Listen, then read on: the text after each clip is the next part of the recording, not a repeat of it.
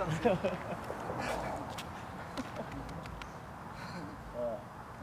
doesn't change.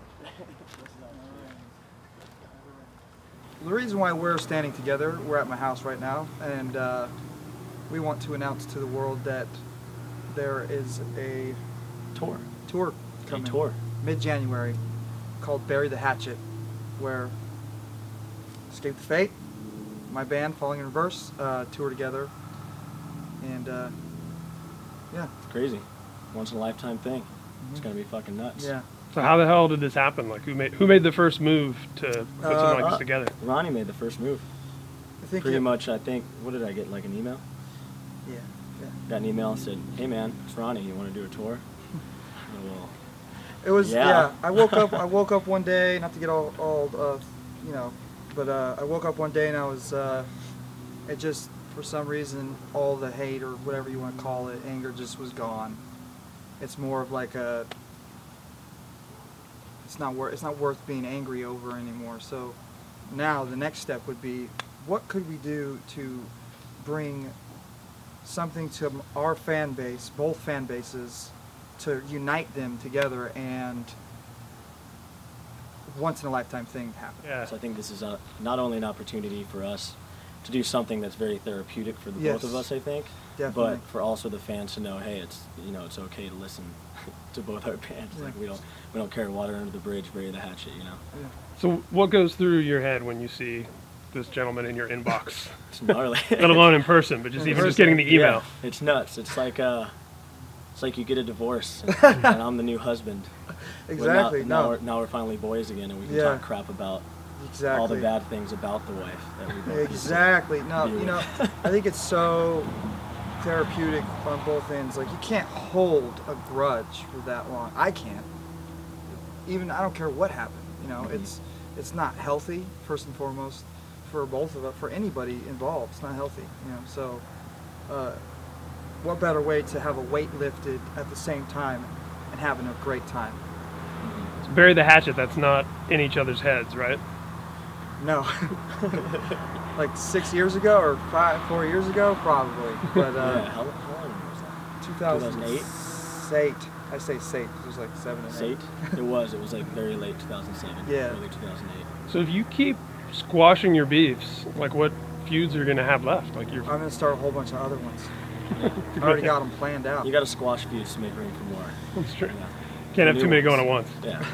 Feuds just get boring. You got to start new ones. Talking about that fan thing, I mean, I've seen YouTube videos where it seems like there's little pockets of either one of your fans at the other guy's show, like heckling and talking shit and stuff like that. What did you guys think about that when it was happening, and how did you deal with it? Did you ever call him out? At first, me personally, I didn't deal with it very well at all. I mean, at first, I would just throw this guy under the bridge, and I was like, "Fuck that dude." And I was in prison. I was like, "What am I gonna do?" Yeah, exactly. Hell? Yeah. So I'd be up on stage trying to do my thing, and I get it though. You the whole time. I'm like, "Oh, you little piece of shit." Everything happens for a reason. It does. Because I got heckled, not from his fans, but from other, like 5 people once. Like, the whole and I learned a street team. I mean, fans, random fans. No, but I got going down the stars or something. So. I got heckled, so I understand where he's coming from, and the whole perspective of I know how it feels, and I know why he did the things he did. So all is forgiven. And it's not. I'd probably do the same thing, honestly. To be honest with you. So one question I gotta ask. One, based on the last time I was at your house, and 2, recent developments. Are we going to see Max out on tour with you guys in January? Yeah, Max is, I'll take this same opportunity just to say he's officially back on Escape the Fate. So it feels great to have him back. He's sober, he's clean. He's the Max I met back in 2000 Sate. Warped Tour, though, you were hanging out. 2007, remember? I was. Warped Tour I was hanging out, yes. Yeah. And what was sort of the reconciliation with you and Max? Like, what was that first conversation, and about him maybe coming and filling in? Me and him have always kept in touch, and I never wanted him not to be in the band, ever. It was an executive decision that I, at the end of the day, had no control over. He showed up back to the tour bus and the rest of the band and the crew, because we had 2 different buses. I had my own party bus, and they had their sober bus that had no drinks allowed on there, you know. And they said, "You're not allowed on here. We don't want you anymore. Get out of here." And he pretty much came back to my bus. They said, "Your bus isn't leaving until he goes." So it was a really awkward situation.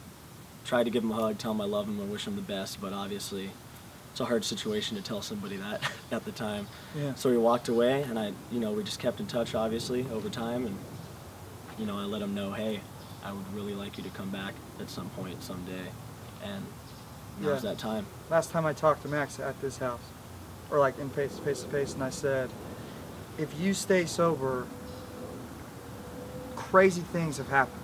They just happen. I don't know, by God's will or whatever you want to call it, whatever you believe in, but I've seen crazy things happen. You just have to stay sober. And then he hits him up, like, I don't know, a week later. He's like, dude, and he calls me, he's like, dude, they invited me back in the band. I'm so happy. Thank you so much. So it's incredible. Yeah. And yeah, so this is like the official because it's been that he's filling in or whatever. I mean, so far. I wouldn't necessarily say it was him filling in. It's just, I think he's always been there. Yeah, he's always been there. He's always been there. He will always be a part of Escape the Fate. He'll always be a part of my life. He'll be a part of Ronnie's life. I'll always be a part of the ETF. Yeah. There's no, it's the history. I'm a founder of it. Like, it's what catapulted me to what I've been able to do now, and I'll forever be grateful for those memories. So I think the next big question everyone's going to have watching this video, what's going to happen as far as collaborations on stage, as far as... I can't talk about that. Come to the show and see. But it's going to be insanity. Mm-hmm. Insane Clown Posse's coming out. Just kidding, no. ICP. No, but tonight actually, I could talk about this since, just to hype it up a little bit. Yeah, he's going to come tonight actually, and he's going to sing a chorus on my mixtape. So that's going to be pretty badass. Everyone's on that mixtape. Yeah, I think everyone who's ever been in our magazine is on your... Oh, yeah, no, there's more. There's more. I'm not allowed to... I can, but I don't want to jinx it, but there's a couple other people. You can't blow your load too early. Yeah. And is it going to be true, like, mixtape style, where you're I'll show you something later. Well, what I mean by that also is that, like, you're not going through all the red tape of everybody's label and clearing it, like... Free. Free. Awesome. I feel like the fans deserve something free, since everything is always like, you have to pay for everything, So, why not make a fucking record with all their favorite singers for free? So who's coming out with you guys? Who's going to benefit from... Oh, no. Chelsea Grin and a band that I recorded called Survive This. They're going to be first slot. My friends from Vegas a long time ago that I've known for like good 8 years. From the fan angle, what were some of the stupidest and wildest, like, that's a good question. conspiracy theories and comments and like things that fans either said to you face to face or that you saw online? Like, never face to face. If it was, it was like way in the back throwing a water bottle. There's actually a video online of me at Warped Tour, and it was after, because mind you, there was this big video on YouTube that came out where I was like, oh, well, Ronnie's not getting out of jail for a while. And it's because right before, damn it, scratch, dude. Right before I got on stage, I think it was somebody in Monty's family came up and they're like, hey, guess what? He just got caught with like drug possession in prison or whatever. And I was like, what? They're like, yeah, he's not getting out this month like everybody talked about. I was like, oh my fucking God, it sucks. And then I went on stage and there's this little fucking douchebag kid the whole time. I did not hit any names. The whole time just giving me shit. So then I repeated that, and that video just blew up online. Everybody's like, oh, Craig, you're a piece of shit. And that was the one time I ever said anything negative.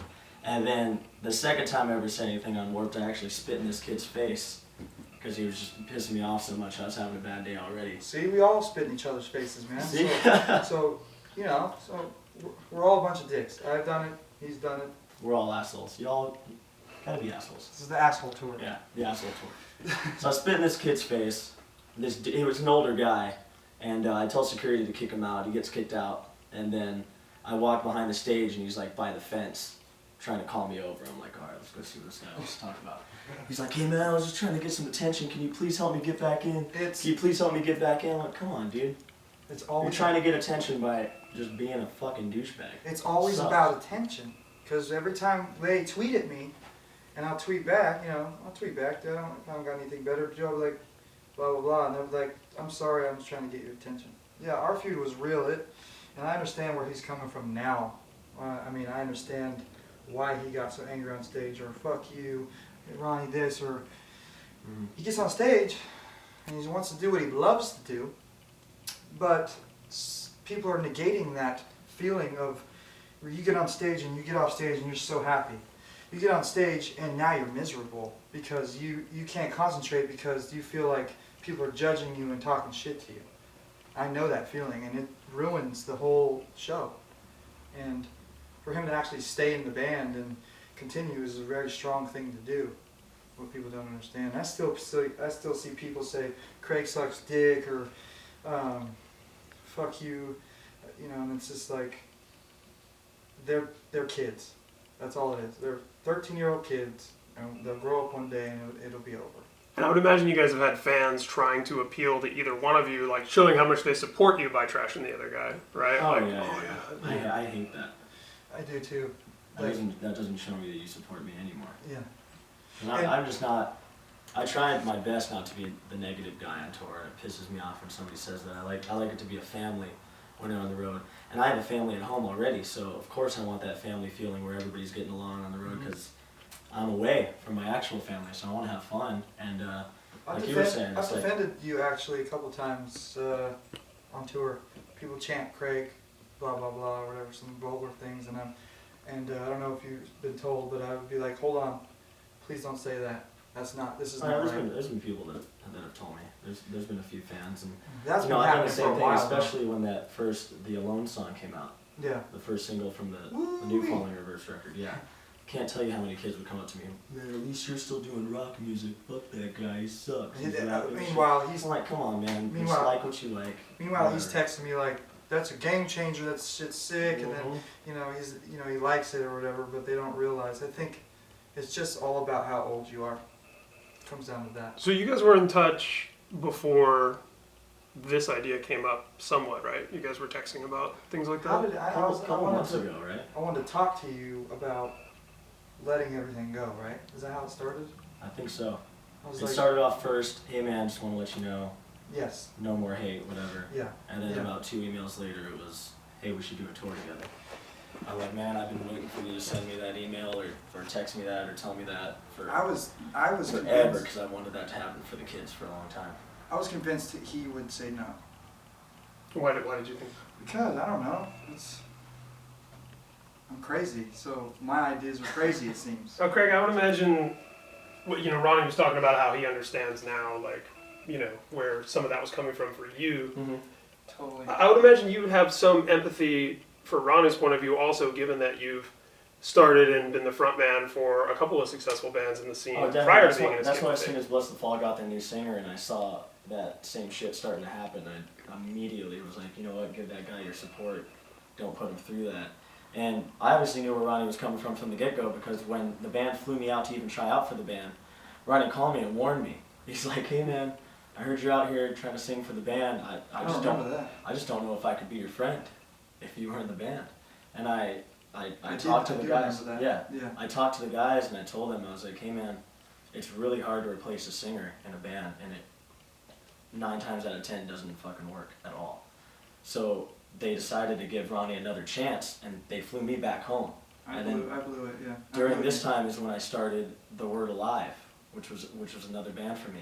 And then that band became a side project because I got the phone call back from management and Escape the Fate, hey, we need you to fly back out here and do Extreme Thing.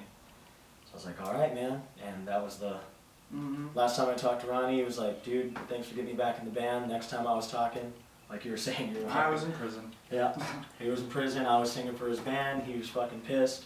I was going on stage fucking pissed, and we all know why I was pissed though. I feel like it was. I was pissed because I went to prison. Period. Yeah. I went to prison. It's a dangerous place in America.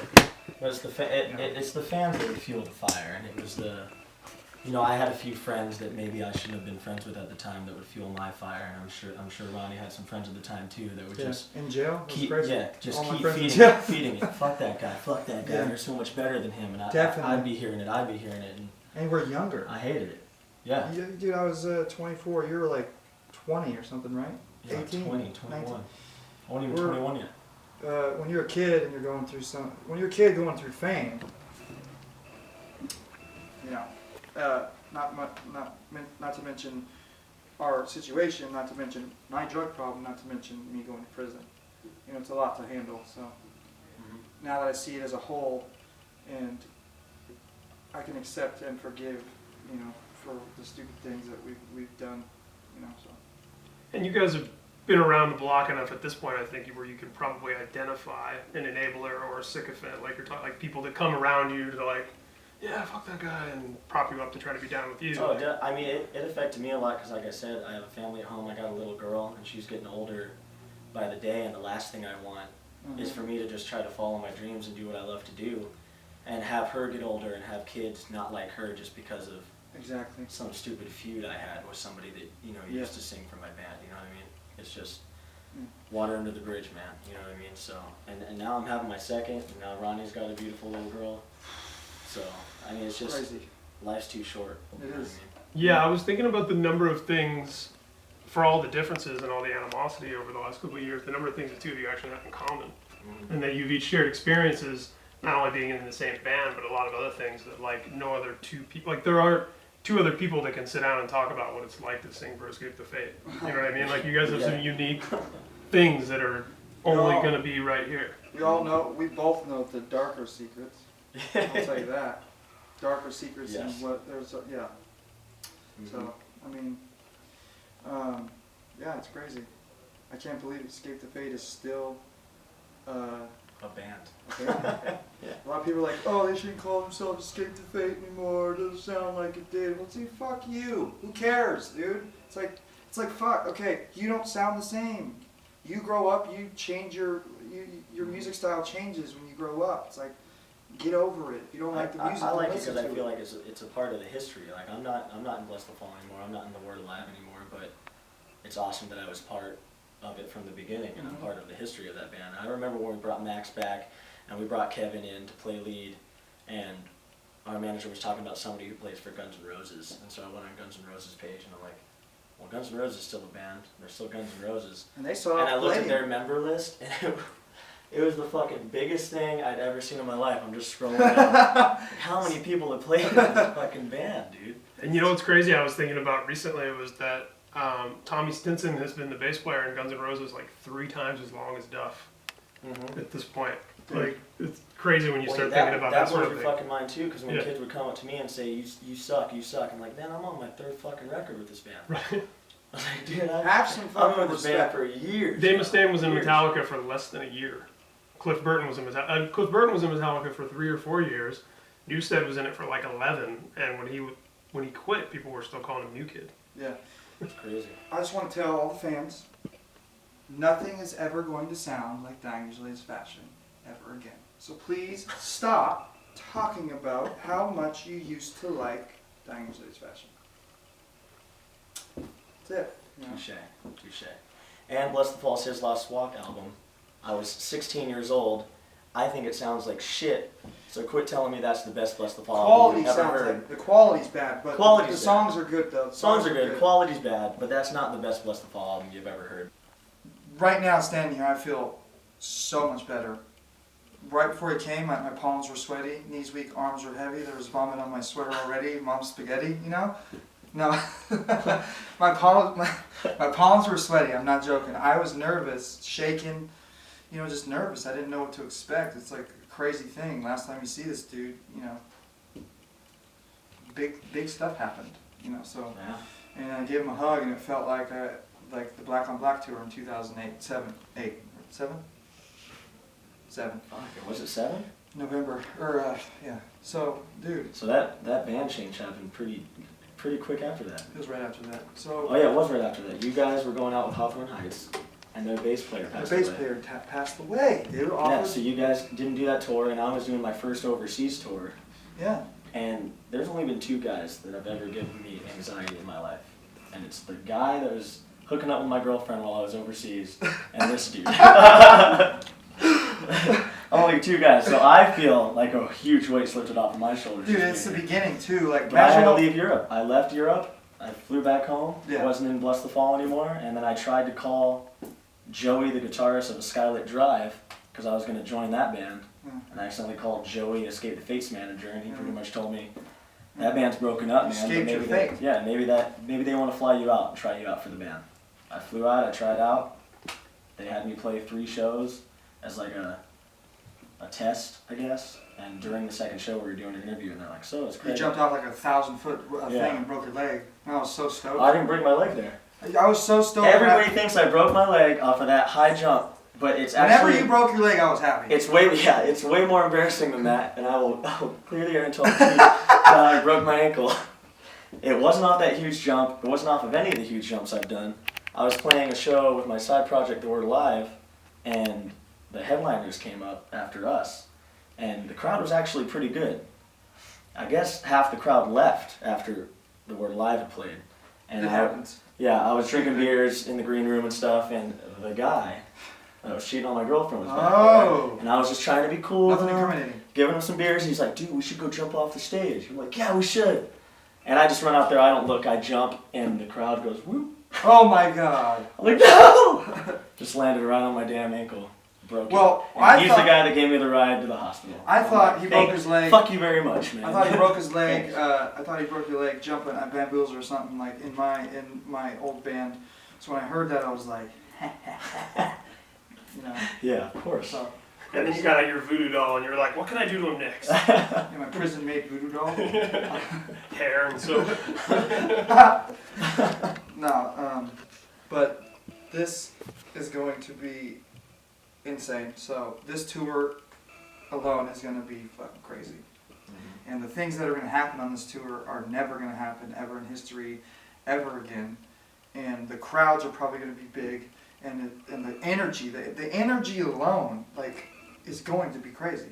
Just the energy, like, this isn't a tour of who's going to outdo who, or we are enemies and where fans are going to come to the shows and boo and chant, because as soon as they do that, fucking, they're gone. So it ain't about that. It's all about love. It's all about bonding and creating a big energy. It's that magic and that love we had for each other when we were kids. Yeah. And I feel like a kid again. Yeah. Talking about this tour, so Yeah. I'm excited Sick, for it, dude. man. Yeah.